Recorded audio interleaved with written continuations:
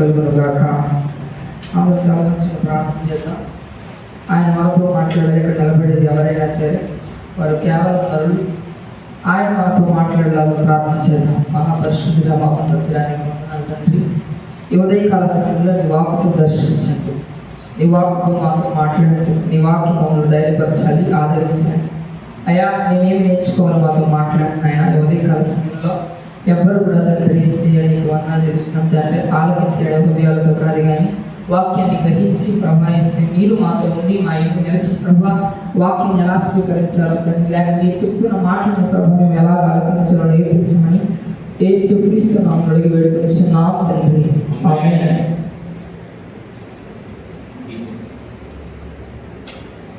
మత్తయి సువార్త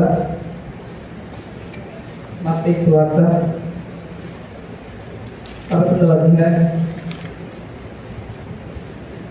29వ వచనం.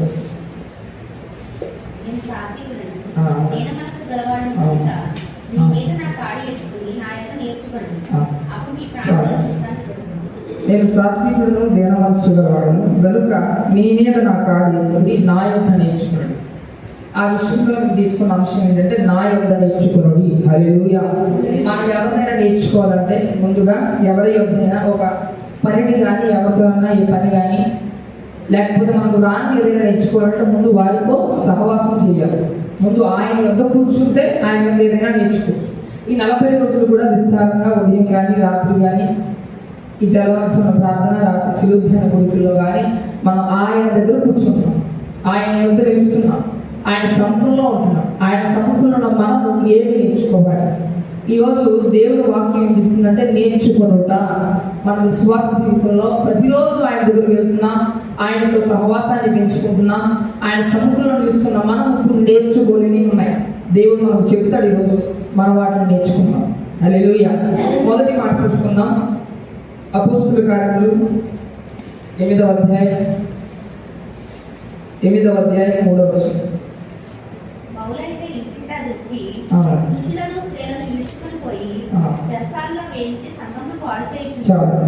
సౌలు కోసం మనందరికీ తెలుసు. అపోస్తలుడైన పౌలు మార్గం సౌలు. ఆయన విశ్వాస సంఘాన్ని కానీ సుమార్త సమూహాన్ని కానీ ఆయన యొద్దకు వచ్చేవారిని కానీ ఎంతో విస్తారంగా పాడు చేసేవాడు, లేక స్త్రీలైతే చీటి కొట్టేవాడు. అనగా సువార్తను ఎక్కడ జరిగించేవాడు కాదు, ఎక్కడో దిక్కు అంతరాయాన్ని ఏర్పాటు చేసేవాడు, ఎక్కడో దిక్కు దాన్ని ఆపేద్దామని ఆలోచించేవాడు. అయితే దేవుడు సౌలుతో మాట్లాడాడు. సౌలుతో మాట్లాడిన తర్వాత ఆ సౌలు పౌలు కింద మార్చబడ్డాడు. ఎప్పుడు ఆయన యొద్దకు వచ్చినప్పుడు మాత్రమే. హల్లెలూయా. ఆయన యొద్దకు వచ్చినప్పుడు మాత్రమే. మనందరం ఆయన యొద్దకు వచ్చినట్లు సౌలు కూడా దేవుడు పిలుపును ఆకర్షించబడి ఆయన యొద్దకు వచ్చాడు. ఆయన మాటకు ఆయన పిలుపునకు ఆకర్షించబడి ఆయన యొద్దకు వచ్చి ఏమి నేర్చుకున్నాడంటే 11వ అధ్యాయం చేద్దాం ఒకసారి. అక్కడ కొంచెం 8వ అధ్యాయంలోనే ఇక్కడ ఇంకో విషయం చెప్తాను. ఆ 3వ వచనంలో సౌలు ఎదుగుతా చూసినప్పుడు జనాలందరూ కూడా భయపడేవారు. ఎందుకు? ఇప్పుడు ఇలా మీటింగ్ జరుగుతుందంటే కానీ ఎక్కడైనా సువార్త గుడి జరుగుతుంటే వచ్చేవాడు, బాబు సౌలు వచ్చేస్తున్నాడు అని భయపడేవాడు. అదే 13వ అధ్యాయం ఇస్తే 13వ అధ్యాయం 2వ వచనం. వారు ప్రభువుని సేవించి ఉపవాసం చేయుచుండగా పరిశుద్ధాత్మ నేను బర్నబాను సౌలును పిలిచిన పని కొరకు వారిని నాకు ప్రత్యేకపరచుని వారికి చెప్పారు.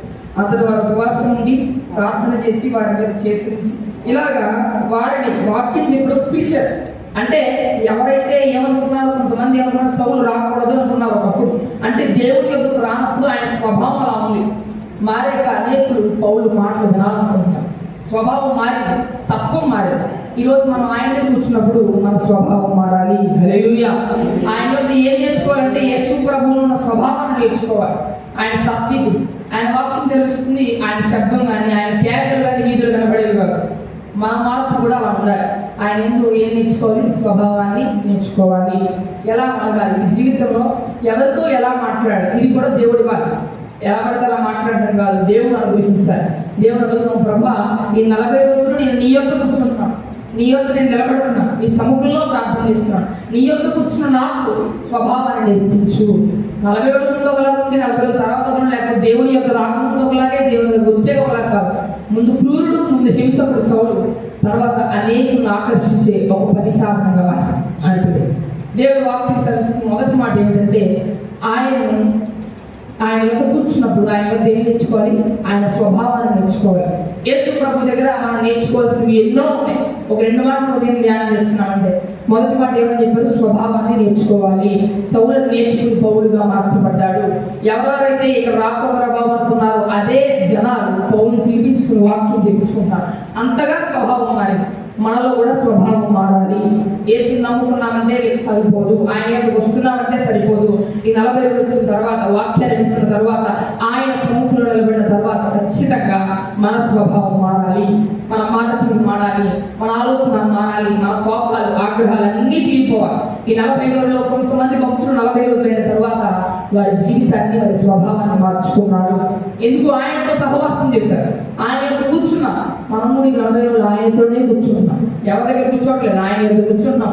ఆయన మాట సేవకుల ద్వారా ఆలోచిస్తున్నాం. ప్రతిరోజు ఆయనతో సహవాసం పెరుగుతున్నప్పుడు ఆయనలో కూడా నేర్చుకోవాలి. ఏం నేర్చుకోవాలి? స్వభావం నేర్చుకోవాలి. ఖచ్చితంగా మనలో మార్పు కనబడాలి. ఈ 40 రోజులైన తర్వాత చుట్టుపక్కల వారు చెప్పాలి సాక్ష్యం. ఇప్పుడు ఈ సౌలు కోసం, పౌలు కోసం కూడా జనాలు భయపడ్డారు, మళ్ళీ జనాలే వినగోరుతున్నారు ఆయన మాట. అంటే అంతగా సాక్ష్యం మారింది. మన సాక్ష్యం కూడా మారాలి. క్రీస్తుతో సహవాసం చేస్తున్నప్పుడు, ఆయన్ని నిలుచున్నప్పుడు మన భక్తి జీవితం మారాలి. భక్తి చేస్తున్నామంటే శక్తి లేని భక్తి చేయకూడదు, శక్తి కావాలి భక్తిలో. మనం చేస్తున్న భక్తి ఖచ్చితంగా ప్రతిఫలం అవ్వాలంటే స్వభావం మారాలి. ఆయన స్వభావాన్ని నేర్చుకోవాలి. ఆయన స్వభావం ఏంటో తెలుసా? మౌనము, సహనము, ఓర్పు, ఇవన్నీ నేర్చుకోవాలి. కొన్నిసార్లు మనలో మనిషికి తిరిగి కనబడవు. ప్రభా, ఈ 40 రోజులు నాకు ఓర్పు నేర్పించు ప్రభా, నాకు నేర్పించి ఎలా ఉన్నారో నేర్పించు ప్రభా, సహనం నేర్పించి. విస్తారంగా ప్రార్థన చేస్తారు సేవకులు. ఈ 40 రోజులు కూడా మనం ఖచ్చితంగా మన మార్పు నేర్చుకోవాలి. మార్పు రావాలి మన జీవితాల్లో. ఎప్పుడున్నట్లు ఉండకూడదు. ఇది ఒక దీక్ష చేసిన తర్వాత ఖచ్చితంగా ఒక పని చేస్తున్నామంటే, ఉదాహరణకు ఏ పని చేసినా మనం ప్రతిఫలాన్ని ఆశిస్తాం, అవునా కదా? ఏ పని చేసినా, ఉద్యోగం చేస్తున్నామంటే జీతం వస్తుంది కాబట్టి ఉద్యోగం చేస్తాం. ఈ రోజు 40 రోజులు చేసినా నువ్వు ప్రతిఫలం ఆశించాలనుకుంటున్నావు. ఆ ప్రతిఫలం ఆశించే ప్రక్రియలో కొన్ని నేర్చుకోవాలి. దేవుని యొక్క ఏం నేర్చుకోవాలి? స్వభావాన్ని నేర్చుకోవాలి. ఆయన సహానుభూతిగా ఉండాలి. ఆయన ఆలోచనాత్మకంగా, ఆయన పరిశీలకు ఒకలా సమాధానం చెప్పేవాడు, రోగులకు ఒకలా సమాధానం చెప్పేవాడు, అందరినీ ఒక ట్రీట్ చేసేవాడు కదా. అదంతా దేవుని యొక్క నేర్చుకోవాలి. హల్లెలూయా. ఆయన యొక్క కూర్చుంటున్న మనం ఖచ్చితంగా ఆయన స్వభావాన్ని, ఆయన తత్వాన్ని, ఆయన జీవితాన్ని మన ఎందుకు కూడా కనబడాలి. హల్లెలూయా. ఆయన స్వభావాన్ని నేర్చుకున్నాం. ఖచ్చితంగా ఈ 40 రోజులైన తర్వాత మనలో సాత్వికము, దయాత్వము, దీనత్వం ఇవన్నీ కనబడాలి. చిన్న క్రీస్తులు మన దేవుడు సంబోధిస్తున్నాం. ఆయన స్వభావాన్ని మనలో కనుపరచాలి. హల్లెలూయా. సౌలు పౌలుగా మార్చబడ్డాడంటే కేవలం యేసు ప్రభు యొక్క తత్వాన్ని, ఆయన త్యాగాన్ని ఆలోచించుకుని యేసు ప్రభు నా కోసం మరణించడం తలచి స్వభావాన్ని మార్చుకున్నాడు. పూర్వుడు ఉన్న సౌలు ప్రేమకు వచ్చింది ఆయనలో ప్రేమ ఉంది. ఒకప్పుడు లేదు ఆయనలో. ఎప్పుడు వచ్చింది? ఆయన యొక్క కూర్చున్నప్పుడు వచ్చింది. ఒకప్పుడు అనేకులు తిట్టే సౌలు ఈరోజు క్రీస్తు కొరకు నిందపడే పౌలుగా మార్చబడ్డాడు. ఎప్పుడు వచ్చింది? ఆయన కూర్చున్నప్పుడు వచ్చింది.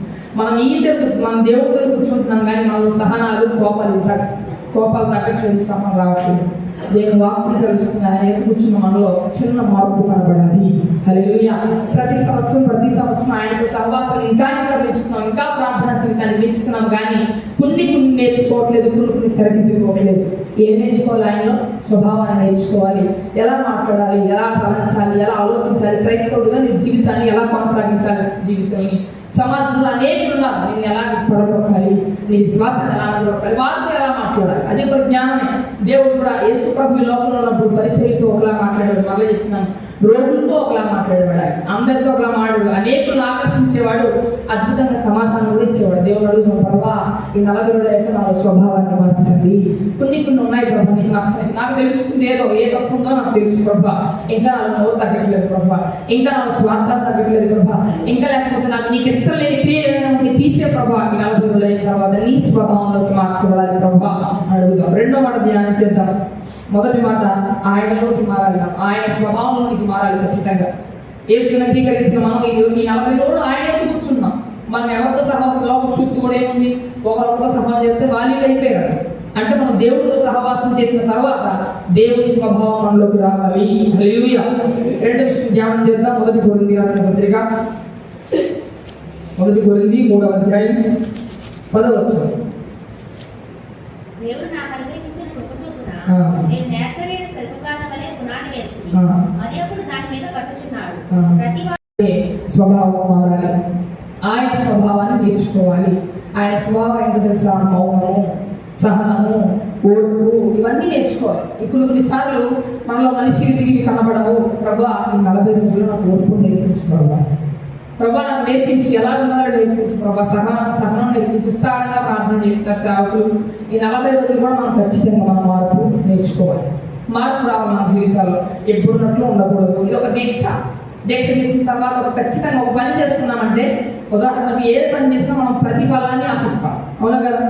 ఏ పని చేసినా ఉద్యోగం చేస్తామంటే జీతం వస్తుంది కాబట్టి ఉద్యోగం చేస్తాం. ఈ రోజు 40 రోజులు చేసినా ప్రతిఫలం ఆశించాలనుకుంటున్నాం. ఆ ప్రతిఫలం ఆశించే ప్రక్రియలో కొన్ని నేర్చుకోవాలి. దేవుని యొక్క ఏం నేర్చుకోవాలి? స్వభావాన్ని నేర్చుకోవాలి. ఆయన సహానుభూతిగా ఉండాలి. ఆయన ఆలోచనాత్మకంగా, ఆయన పరిశీలకు ఒకలా సమాధానం చెప్పేవాడు, రోగులకు ఒకలా సమాధానం చెప్పేవాడు, అందరినీ ఒకలా ట్రీట్ చేసేవాడు కాదు. అదంతా దేవుని యొక్క నేర్చుకోవాలి. హల్లెలూయా. ఆయన యొక్క కూర్చుంటున్న మనం ఖచ్చితంగా ఆయన స్వభావాన్ని, ఆయన తత్వాన్ని, ఆయన జీవితాన్ని మన ఎందుకు కూడా కనబడాలి. హల్లెలూయా. ఆయన స్వభావాన్ని నేర్చుకున్నాము. ఖచ్చితంగా ఈ 40 రోజులు అయిన తర్వాత మనలో సాత్వికము, దయాత్వము, దీనత్వము ఇవన్నీ కనబడాలి. చిన్న తీసుకుని దేవుడు సంబోధిస్తున్నాం. ఆయన స్వభావాన్ని మనలో పొందుపరచాలి. హల్లెలూయా. సౌలు పౌలుగా మార్చబడ్డాడంటే కేవలం యేసు ప్రభు యొక్క తత్వాన్ని, ఆయన త్యాగాన్ని ఆలోచించుకుని యేసు ప్రభు నా కోసం మరణించడం తలచి స్వభావాన్ని మార్చుకున్నాడు. పూర్వుడు ఉన్న సౌలు ప్రేమగా వచ్చింది ఆయనలో ప్రేమ ఉంది. ఒకప్పుడు లేదు ఆయనలో. ఎప్పుడు వచ్చింది? ఆయన యొక్క కూర్చున్నప్పుడు వచ్చింది. ఒకప్పుడు అనేకులు తిట్టే సౌలు ఈరోజు క్రీస్తు కొరకు నిందపడే పౌలుగా మార్చబడ్డాడు. ఎప్పుడు వచ్చింది? ఆయన యొక్క కూర్చున్నప్పుడు వచ్చింది. మనం దేవుడి దగ్గర కూర్చుంటున్నాం కానీ మనలో సహనాలు, కోపాలు తగ్గట్లేదు, సహనం రావట్లేదు. దేవుని వాక్యం తెలుస్తుంది. ఆయన ఎత్తు కూర్చున్న మనలో చిన్న మార్పు కనబడాలి. హల్లెలూయా. ప్రతి సంవత్సరం ఆయనతో సహవాసాలు ఇంకా పెంచుతున్నాం, ఇంకా ప్రార్థన జీవితాన్ని పెంచుతున్నాం కానీ కొన్ని నేర్చుకోవట్లేదు, కొన్ని సరిదిద్దుకోవట్లేదు. ఏం నేర్చుకోవాలి? ఆయనలో స్వభావాన్ని నేర్చుకోవాలి. ఎలా మాట్లాడాలి, ఎలా ఫలించాలి, ఎలా ఆలోచించాలి, క్రైస్తవుడుగా నీ జీవితాన్ని ఎలా కొనసాగించాలి, జీవితాన్ని సమాజంలో అనేకులు ఉన్నారు. నేను ఎలా పడగొట్టాలి, నీ విశ్వాసాన్ని ఎలా నిలబెట్టాలి, వారితో ఎలా మాట్లాడాలి, అది కూడా జ్ఞానమే.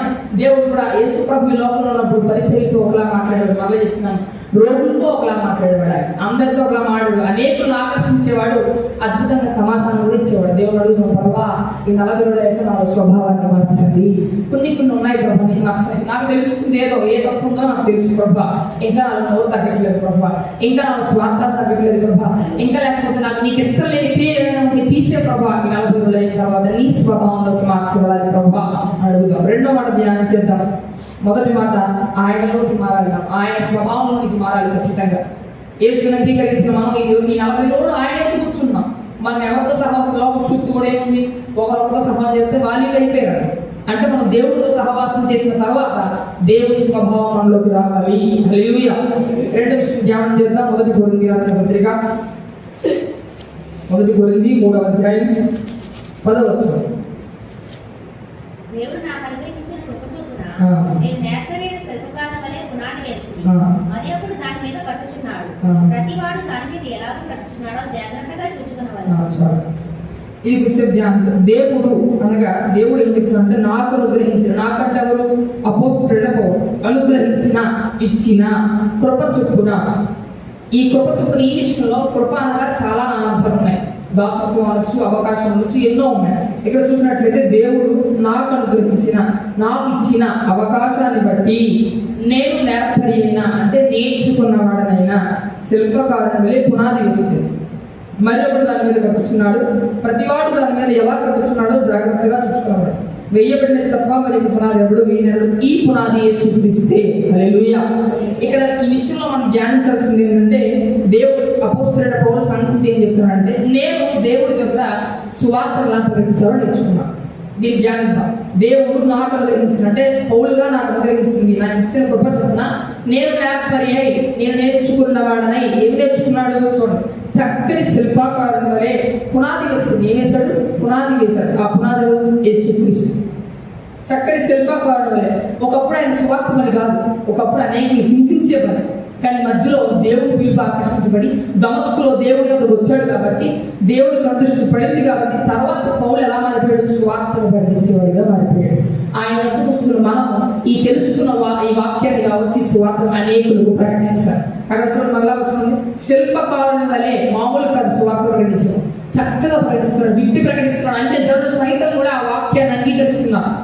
అక్కడ ఆ పునాదం యేసుక్రీస్తే. ఆ పునాదిని బట్టి నేను మాకు చెప్తున్నాను అన్నమాట. ఖచ్చితంగా మనం ఏం నేర్చుకోవాలి? ఈ దేవుని కూర్చున్నప్పుడు సువార్తను ప్రకటించడం నేర్చుకోవాలి. ఆయన యొక్క కూర్చున్న మనం ఎలా ప్రకటించాలి సువార్తను? అక్కడ తర్వాత చెప్పలేదు, దేవుడు నా ప్రకటించుకోవచ్చు చెప్తున్నా. మరి ఎప్పుడు దాని మీద ప్రకటిస్తున్నాడు? దేని మీద? ఆ పునాది మీద.